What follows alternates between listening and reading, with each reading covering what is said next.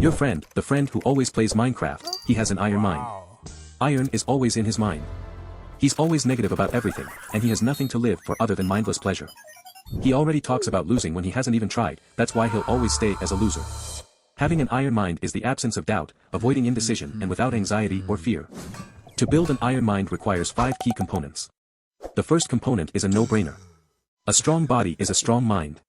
Training teaches you lessons you could never learn elsewhere. How you do one thing is how you do everything, so train hard as fuck to see results in other areas of your life.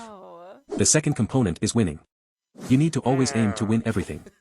Get dissatisfied with losing, winners get everything, and as long as there is a concept of winners, there will be losers. It's up to you which one you go for. The third component is vision.